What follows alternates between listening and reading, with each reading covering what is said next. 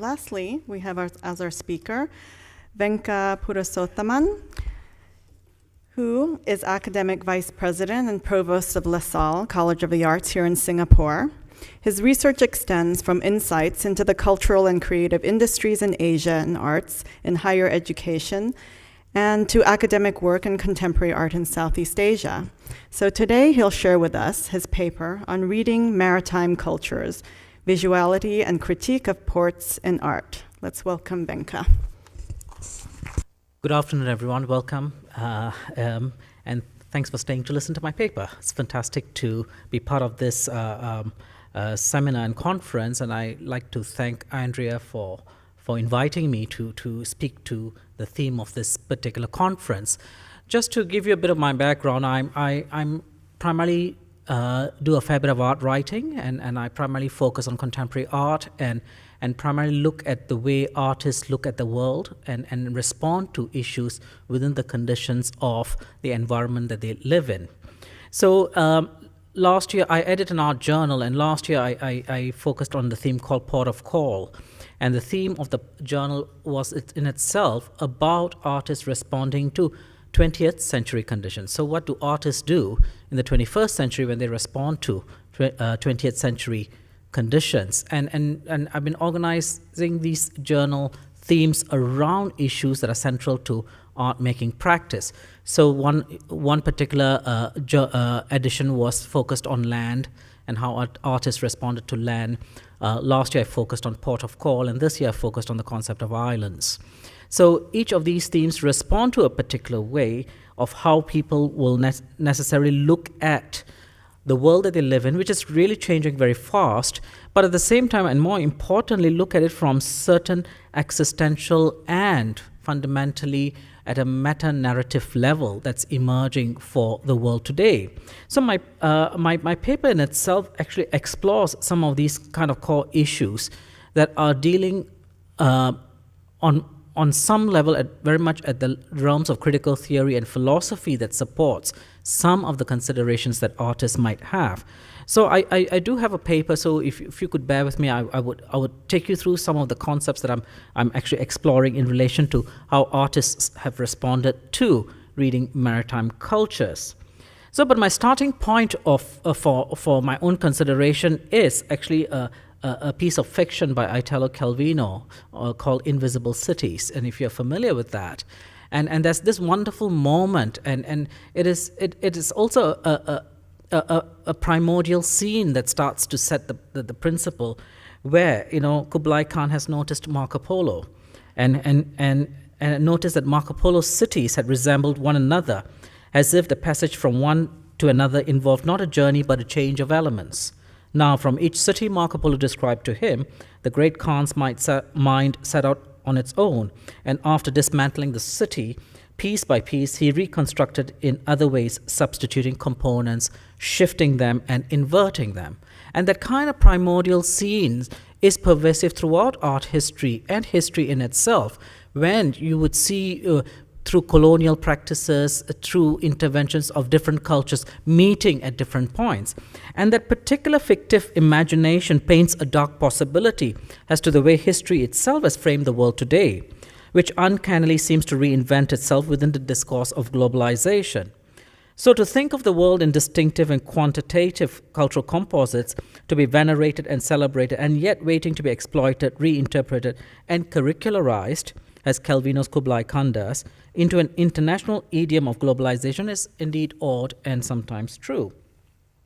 So the complex arena of maritime cultures have also been framed and remains within geopolitical interpellations. On many levels, both foreign policy and commerce still drive these interpellations. So be it commerce or seafaring piracy, peripheral sites of anchorship and authorship. So while you anchor, you create authorial voice as to why you anchor something. You border on socio-cultural negotiation of languages and societies and cultural practices. You provide a clash for identity formation.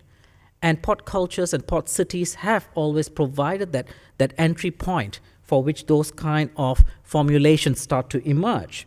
And they become, therefore, negotiation sites for socio-cultural identities, transmigrational practices over the centuries.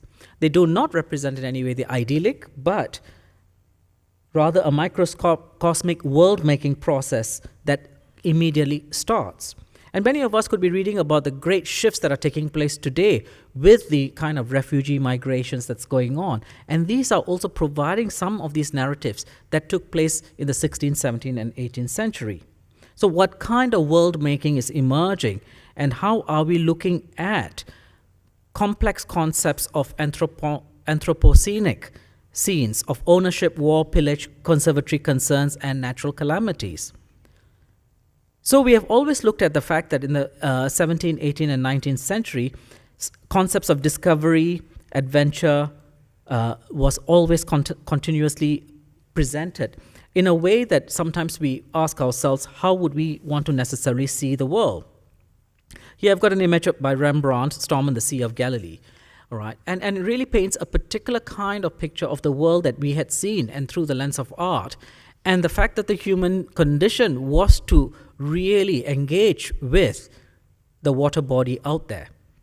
The fact that the sea itself was the continent to be captured and not the land to be conquered, in itself was a critical consideration in art of that moment.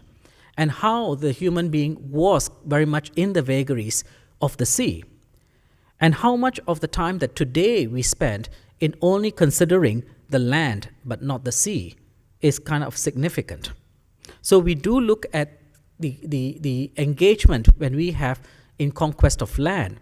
So when we read about in the papers where China and Philippines and everyone's fighting over the Spratly Islands and South China Sea, the sea all of a sudden becomes paramount in terms of capturing and articulating sovereignty and national identity.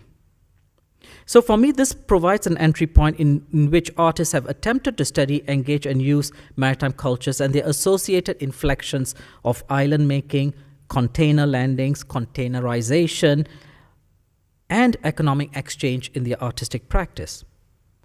Artists always have an agency of discovering and excavating histories, provide an oft-missed opportunity to understand maritime cultures. And in each moment, we do see the fact that those opportunities foreground certain mystical and yet mythical opportunities for us to see the world. So perhaps we have to set the scene. And how do we set the scene? And how is the scene emerging and changing as we move along? Inevitably, port cities like Singapore and Hong Kong, while remaining ports of commerce, are still remaining negotiation sites for socio-cultural identities and transmigrational practices. And if they are looking at those kinds of continuous negotiation, they're not continuously negotiating people, but they're also continuously negotiating islandic identities, seafaring identities. And what is the relationship between those two? Here I've got an image. It's of an artwork. It's actually a video art piece by Guido, right? Guido van der Werf. And it's called It's Going to Be All Right. And I do encourage you. I couldn't manage to get a very clear clip, so I decided to just show you an image of that. So if you go into YouTube or something, you can see the work. It's a brilliant piece of work that really starts to contextualize the complexity of relationship between the human being, the human's creation of the huge tanker ship, and nature. And those three elements actually work in this three very meaningful, powerful, and fearful piece of artwork. What's going on in this particular scene? That tanker is an icebreaker. So it is actually breaking the ice through the ground, and the artist is actually walking in front of it. All right, so the whole video actually takes you through where the vulnerability of the human condition is well exposed in a way that he's literally walking, and every second or millisecond you watch that particular video, your anxiety increases as to what will happen as the ground, the solid ice ground, gets broken by the icebreaker. So in this kind of advent of this particular kind of scene of relating between the human condition, the condition of what the human had created, and nature, in this kind of scene that's been created, then we are caught up with the fact that there is a determining force, there is a determining earth force that has opened a new era in which we can hardly imagine looking at the landscape without the eye of the camera. So we have, in much of late 20th century, captured the landscape, and artists have done that, photographers have done that, captured the landscape through the lens of the camera. And the lens of the camera has mobilized a way that we are going to picturize and contain the power that's out there. But now we are in this particular moment that we have to reckon with that reality. And in a very mundane sense, we deal with those realities even when we catch the haze. And how do the realities affect us in a particular way? So while we can say that the first photographs taken from space in the 1960s made the limitations of the Earth's surface clear and vivid, it did not explain how our interactions with land and landscape will necessarily change. And therein lies our particular conundrum. The fact that we have become alienated to our own land proposition, to the sea, to the port, the world that is around us, because we have been able to capture them and visualize them in a particular way, has in itself become a major failing of the human condition in the late 20th century. So one of the maxims that we definitely do have in today's world is go global. And we have been going through the debates about globalization, cross-border mobility and exchange of commerce, ideas, people, and even disease and terror. And these are exchanged as if these were to be bartered over like a touristic endeavor. And as we do that, what we are doing is we are noting the fact that at best the world is very much liquid capital. It is a new world where concepts of time and space narrows within the advent of speedier modes of transport, communication, like the internet. And while this is happening, we notice that colonialism has been exorcised, modernity debunked, and there's been an increasing pressure for newly industrializing and modernizing societies and communities to become viable sites of liberal democratic capitalism. And you find that mobility of these kinds of concepts of people and all of that are searching for a particular kind of ideology, a particular kind of a framework, which is often coined as liberal democratic capitalism. We all know that globalization had its roots in the 17th century industrialization and became manifestly commandant during the project of colonialism and its attendant modernism. As modern cities and environments became experiences that cut across all boundaries of geography and ethnicity, of class and nationality, of religion and ideology, perhaps globalization and modernism are paradoxical unity of disunity.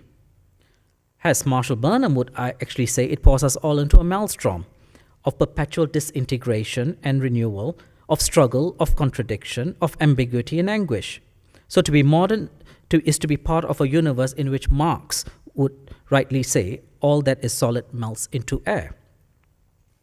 In this starkness of human capital, is there a sense of self? How do we identify the sense of self? Have we, on many levels, lost ourselves in terms of our volatility of our human life and experience through the reduction of geographical distance for shared exchange, thereby posing a culture of similarity and sameness, and the fact that even in terms of the kinds of environments of what is emerging out of the fact that the identity of the self has to navigate itself through the containerization of its own being. So of all structures of value systems are subsumed within a framework of free trade marked by mergers and acquisitions. So I would purport the fact that globalization suppresses the human self and creates a mythic self. One is structured on the principle of an exchange value, a mythic self that congregates at the doorstep of the global village. But it's nothing more than a utopia of sameness, of dogmatic orthodoxies, and to find its allegory in T.S. Eliot's cultural despair of seeing modern life being spread out like the sky, like a patient etherized on a table. Uniformly hollow, sterile, flat, one-dimensional, empty of human possibilities, and which relieving itself in the global. Anything that looks like freedom or beauty is really only a screen for more profound enslavement and horror. So, in this regard, I have been looking at the work of South Korean artist Ata Kim, who has been developing a series of works throughout the late 2000 onwards, actually it started out pretty early in the 90s, to really look at what he called the museum series. And it was a series of projects that was really looking at the human condition. And where he had actually started to document and structure and develop a series of frameworks that would present us with opportunities to look at the world. So for him, the quiet icon of globalization is the container. Stoic, static, and stationed at various spots from Rotterdam to Singapore to Shanghai, the container symbolizes discipline of trade, its impenetrable nature, its containment of consumer fetish. The container's 20 to 40 footers do not move. They are moved. Prone to abuse, mistrust, and piracy, these containers that form a main physical bulk of economic trade for many countries have, at an ontological level, a toughness akin to the human skin. So if we look at the body and the container and the pots as the body politic, then you would find that it is akin to the human body. The human body has a site of inscription is not new. As a site of divinity, as a site of self, the body is marked by instability and indeterminate set of meanings embroiled in a Kantian free play with authorial narratives and stark claims to power. What then are the inscriptive codes of globalized world on the body? The container might provide an answer for us. So the correlation between the container and the human body are concerns that Atta Kim really pushes. Shifting away from globalized abstraction, his work resurrects representations through photography, where he paints the human body, Asian/Korean, body strapped, captured, confined, showcased, exhibited, controlled, moved, transported, caricatured in acrylic boxes. The size of the boxes are uniform and do not allow for much movement. The acrylic boxes are contemporaneous coffins that gain legitimacy by seeking similarity to fetuses found in science research lab beakers. The bodies are silenced by their nakedness and lack of identity. The boxes of bodies reverberate of museum and anthropological collections that are constantly waiting to be moved, identified, and freed. The transparent boxes are metaphor for the transparent and the invisible control over the human. But Kim suggests several possibilities of freedom. Kim presents the alienated containers abandoned on a deserted road. A potential busy road encounters an abandoned boxes of bodies strategically placed on the road to be run over. An accident leading to freedom is the only possibility. It reminds one of the trafficking of human refugees, left to the mercy of globalization's alter ego, piracy. Yet another freedom is starkly ridden, where nine bodies are left behind as rejects, or are they shipwrecked treasures on an island trapped within the confines of their prejudices, beliefs, and value systems? Kim's work does have far-reaching consequences. For Kim's works, the naked body is central and devoid of inscription and serves to become a manifesto for dead and moving bodies. In actual fact, the viewer imposes the inscription. Clothing and nudity are worn themselves out of current practice. Nakedness references itself to the body politic as the contested terrain for ideas unlike nudity, which still references itself with the physical body. Is the body involved and mute to this writing of globalization? This uncertainty could be resolved if we in part accept Maurice Merleau-Ponty's reading and believe that experience discloses beneath objective space, in which the body eventually finds its place, a primitive spatiality of which experience is merely the outer covering which merges within the body's very being. To be the body is to be tied to a certain world. As we have seen, our body is not primarily in space, it is of it. So which then leads to, if containerization also builds around our principles of consumerism and fetish and mobility, and how these containers actually become critical markers of our own sense of identity as communities, then what then does it say of our own mortality? This was the earlier work. And if you again Google Atta Kim's work, these are highly constructed body of works. And actually you would see close to 40 to 50 pieces of works that really question some of the kind of assumed conditions of maritime cultures, port cities, and urban societies. So inevitably, we need to talk about mortality. And I have been segueing into this fact that mortality becomes an important consideration for artists when they think of port cities. So perhaps I have to invoke Hegel, from the point of view of Arthur C. Danto, an art historian, who says that in his lectures on aesthetics, Hegel declared that the history of art was just a story and that it had come to an end. He based this in part on view that art is no longer able to relate to society as it once had done. A gap had grown between society and art, which had increasingly become a subject for intellectual judgment rather than an object of sensual and spiritual response. So inevitably, and this kind of inquiry that has the value of art history in allowing us to understand the world, necessarily still practicable today, which led to Ellen Soukoulis' work.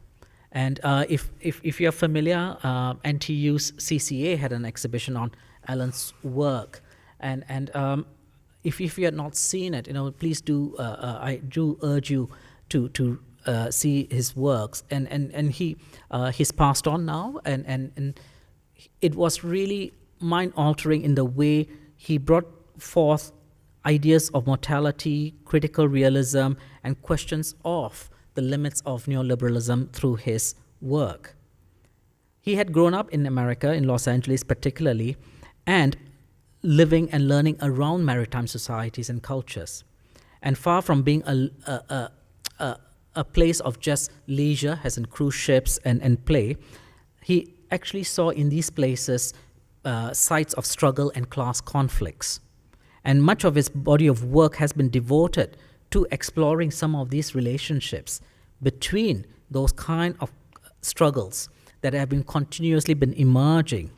And he had, in his interviews, had said 90% of the world is today moved by cargoes and still by ship. And it is still far-ranging in the way we need to start to look at globalization, invisible labor, and the way that the human condition has been containerized. And in particular, I would strongly encourage you to look out for some of his different works that he've got, and one of which is The Forgotten Space. And how do we extrapolate that context of the forgotten space to an haunting effect that he demonstrates that the human invisibility in port cities are fundamentally structural. They are the structure of needs. I mean, if at all, if you just go down to PSA or Keppel in Singapore, if you just go to any of the port areas, you would see a lot of containers, and you would see workers, and you continually see them move something and they disappear. And then you see these crane-like creatures that stand out and beautifully decorate the skyline. But therein lies the brutality of the human condition, and it's that very invisibility that had preoccupied much of Soukoulis' work, and where he felt that containerization had de-peopled maritime cultures, port cultures from the previous eras and left us to nothing more than an automated landscape. So if we look at ports as landscapes, then they remain today automated landscapes, not landscapes defined and driven by the human body or condition. So perhaps this is where I choose to extrapolate further. In his particularly The Forgotten Space, he really takes these wonderful, this was actually a video work that he had done, and in that sense, that methodical, meditative approach of the quiet container that cuts across every river, every sea, every moment. When you see a ship, a container ship, it does not move to your eye, to your naked eye. How often do you patiently sit there and watch it move from one point to the other? Very seldom do we do that. Do we have the patience to do that? And here we would find that through this video art, you're able to capture that movement, that rhythm, that quiet rhythm that operates. And here there is a possible canvas for an emerging trend for global acquisition of not only the consumer acquisition, not only the acquisition of sovereignties, but also the acquisition of the mind space. Perhaps my answer to that also relies not so much in art, but perhaps in sociology. In Expulsion and Brutality and Complexity in the Global Economy, sociologist Saskia Sassen eloquently raises the cruelty of the global economy. In this, she does talk about the foreign and domestic government's rapid investment to facilitate a rapid supply of natural resources, and these are displacing cottage industries, localized communities, and notions of identities within these societies. So there's a particular rapidness with which we need to move things for people. On one level, her reading could be read as a socialist cry for anti-capitalism, yet the subjected and subjugated are expelled from their natural habitat as the financialization of the non-economic sectors of society takes root. She notes what is new and characteristic of our current era is the capacity of finance to develop enormous complex instruments that allow it to scrutinize the broadest ever, historically speaking, range of entities and processes. Unquote. And this financialization is driving much of what is going on in the peripheries of society. So, what is the language that we would use in relation to port cities? If you read much of the more generally accessible information about port cities, they will often, for the public, you would often get notions of ranking, who is topping off which port. Singapore has outdone Rotterdam in terms of volume, or Shanghai has overtaken. So for the everyday occurrence, this competition is financialized on many levels, and it securitizes our presence in particular location. And power, how does power structures operate between governments and how they speak directly to those societies that are there. So for us, it is necessary that Sassen's reading does not directly speak to the port cities, but she rather sees them as incubators for the further perpetuation of countries, continents, and economies. In this emerging trend, the inalienable gets alienated and loneliness becomes the close companion of the port city and its inhabitants. So you would find that there would be quite substantive ideas of alienation happening. So if at all, alienation and loneliness remain critical to the understanding of the human condition of port cities. Alienation and alienability prospects the loss of connectivity and economic potential, dependence on natural resources for sustenance, existential challenges to nation building, and population sizing and balance. These continue to plague many cities as they negotiate the probability that they are more vulnerable for disappearance through political acquisition, or as like the earlier speaker said, if we start to review land acclamation, reclamation, and shifts, there will be inevitably those disappearances. So loneliness besets again. So from both these two artists' vantage point of looking at both containerization and mortality, the way I look at the perspective, the port city remains a signifier that propounds that it's not the central site, but a signifier for all things that it's not, that comes to interplay in the concept of being a city. But in another turn, in the art world, we have seen a new emergence. And if you're familiar, the concept of free ports have started to emerge. And free port for art is quite disconcerting. And if you're not familiar with it, a free port is a nexus of trade which benefits from relaxed custom and excise. Many ports such as Singapore and Hong Kong were founded as free ports during colonialism, but today Luxembourg, Geneva, Zurich, and Singapore and Beijing are fast becoming free ports or ports of call for storing art, not dissimilar to a safe deposit box in a bank. Pioneered by the Swiss, the main attraction, unfortunately, is antithetical to the purpose of art, to keep valuable art trapped in private collection worth billions of dollars away from public access and scrutiny. The containerization continues. In a recent article by The Economist, it states, The world's rich are increasingly investing in expensive stuff, and free ports such as Luxembourg's are becoming the repositories of choice. Their attractions are similar to those offered by offshore financial centers: security and confidentiality, not much scrutiny, the ability for owners to hide behind nominees, and an array of tax advantages. This special treatment is possible because goods in free ports are technically in transit. Even in reality, the ports are used more and more as permanent homes for accumulated wealth. So with prison-like vault security art, fine wine, jewelry, gold, and classic cars are cared for in these containers of culture, sitting in transit between cultures and the public and private ownership, thereby providing them legitimate and much-needed comfort and solace from kleptocrats and tax dodgers as well as plutocrats. Art in free ports are free from custom duties and taxes, as they are primarily in transit from one place to another. However, they can remain in one place for an eternity without attracting taxation and without access to the world. Art today is trapped and boxed within the very structural framework that post-structuralism negated and enslaved to a capitalist narrative. The Stoic container, in my view, of the global is still in control. Thank you.